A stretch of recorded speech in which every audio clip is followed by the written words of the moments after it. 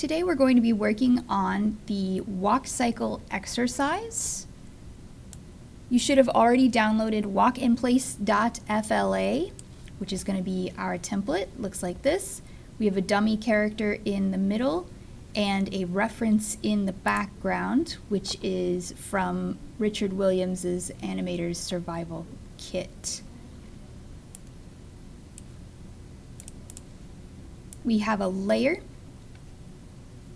that is full of blank keyframes, but each of these keyframes is marked with a label, and each of these labels represents the pose of the walk cycle that you are going to put on that frame. This is just a little reference to help you keep them in order.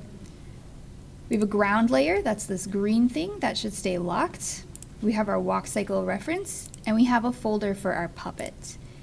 The folder for the puppet is broken up into a left arm folder, a left leg folder, a right arm folder, and then the head, hips, and torso. Everything is already parented together for you, so you don't need to do any parenting. The rigging is done. You're just going to need to do your animations. And the reason why I have everything organized into these folders here is because you shouldn't really need to mess with the individual layers too much. Everything is unlocked and everything has a keyframe on it already.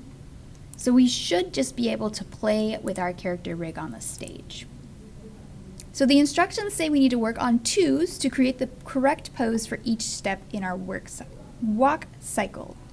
We're going to be working straight ahead, which means that we're going to give ourselves the 16 frames by selecting all of our pieces and extending all of those frames out to 16. But we're not going to set keyframes yet. By working straight ahead, we're going to be doing one pose at a time. Starting with the first pose, moving to the second pose, and so on and so forth. So our first pose here, our contact pose, is already done for us. So we don't need to do that. We're going to move straight to frame 3. Double click here on our timeline. We're going to set a keyframe. It's going to set on all of our layers. And this is going to be our down pose. So the first thing I'm going to do is I'm going to take this walk cycle reference, which is not locked. I'm going to hold shift so that it stays in line, and I'm going to drag it over so that it lines up with my character dummy. Then, one piece at a time, using my free transform tool, I'm going to adjust the posing of my dummy to match the posing of the reference. Whoops, there we go. Everything is parented to the hips, so what I'm going to do is I'm going to line up the hips and the head as much as I can. So I'm going to rotate that forward so the head and the hips line up. Then everything else needs to line up with it. Our dummy isn't exactly like Williams's drawing, so not everything is going to line up perfectly. You're just going to give it a solid try here. The important thing is that the feet that are making contact with the ground stay on the ground, and the arms and legs are in the correct positions. So now I have contact, I have down. I'm going to keep going. Frame 5, I'm going to set keyframes on all my frames. Going to make sure that I have nothing selected, then I'm going to select this, scooch that over. Remember, we're not lining up feet, we're lining up hips. I'm going to line that up, passing position. Grab my character's hips, line that up. line up the head, and then continue to correct the positions of the legs. Passing position is going to bring this, whoops, hold on.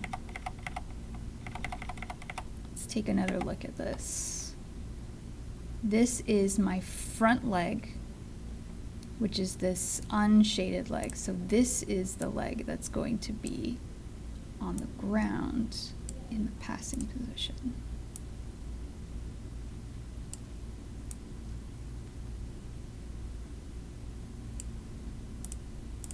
We want that to be as straight as possible because it's holding a lot of weight. This leg is swinging forward.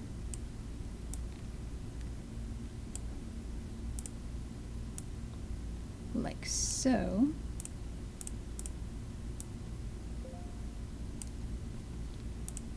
The arms are crossing the body, so you can't see really any of that back arm.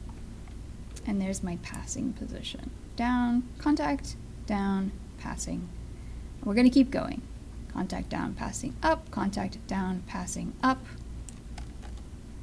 Contact down, passing up, contact down, passing up. And that's going to give us a walk cycle. The important thing to remember is that once we get to our next contact, so I'm going to quickly do our up position here. Remember to set that keyframe first. Scoot your reference. Oops, I turned on onion skinning. Don't need that. The important thing to remember is where your limbs are going. Remember which limb is the shaded limb and which limb is the unshaded limb. So this is going to be going forward. This is going to be going back.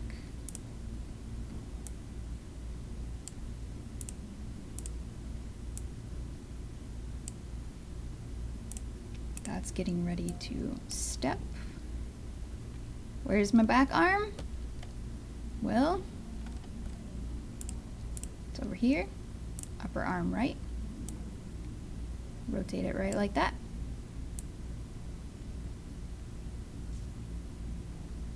Okay, so I've got 1/2 of my walk cycle. Now what I need to do is I need to repeat this. But I need to make sure that the legs and the arms are swapped.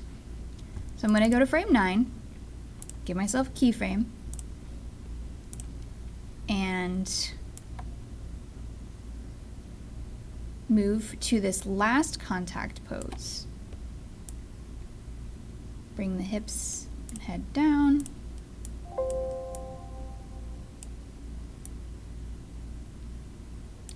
Fix our arms. Fix our legs. That's going to be on the ground. Foot up.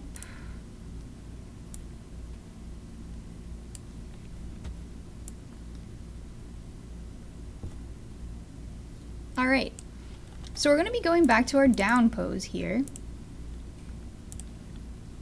So we're going to slide this back over to our down pose. The only difference is between this down pose and this down pose is which leg is in the front. So on this down pose, blue leg, left leg is in the front, red leg, right leg is in the back. On this pose, red leg is in the front, blue leg is in the back. So we need to make sure that we're remembering which leg is the leading leg, which one is the one that's in front. Blue, red. So we need to remember red is going to be the leg in front in our down pose.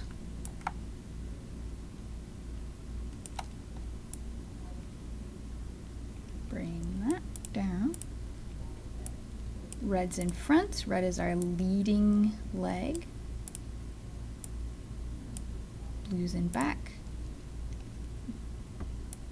Blue arm is in front, red arm is in back. Remember that we swap out arms and legs for balance. Your opposite arm moves with your opposite leg. Go to my passing position. Whoops. Don't want to scoot everything over, just want to scoot my reference over.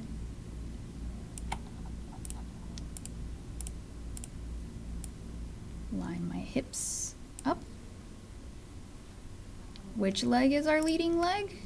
Red is our leading leg. And at the moment, our leading leg is the one on the ground in the passing position. It is trading places with our other leg in this passing position.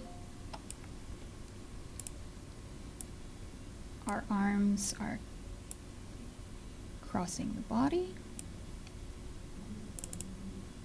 And finally, frame 15. I'm going to go back to our up, line up our hips and head. Which leg is leading? Blue.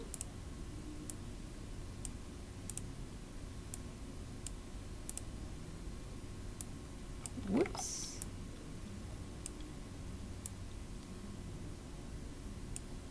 Remember, it doesn't have to match up exactly. Our little guy doesn't have toes, so we can't really bend those. Gotta find my left upper arm again. No, my right upper arm. Sorry. Bring that forward. Now, if I play this animation using my test movie button, we have a character that is walking on a cycle. Ignore that.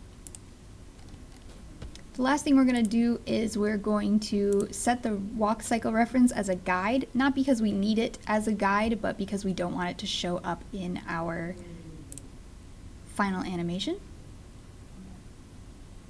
So it's looking okay. There's a little bit of kickback here where I didn't quite line everything up. So let's see where that is.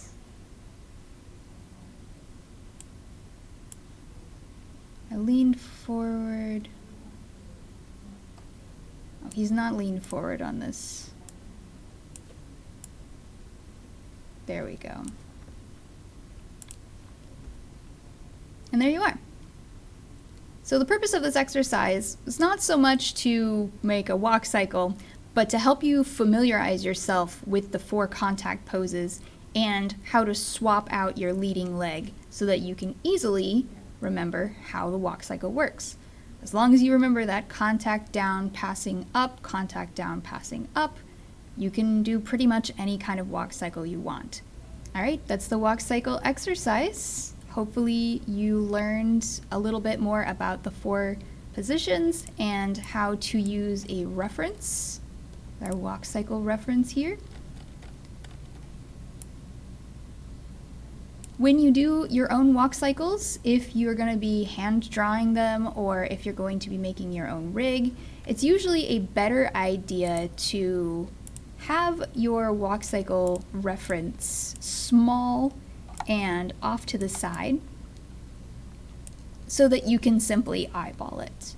For this practice/exercise, we went ahead and quote-unquote traced this because we're still learning and it's okay to trace things when you're learning. But I guarantee you, professional animators who've been doing this for decades still look back at their references to make sure that everything looks correct. And that's it for the walk cycle.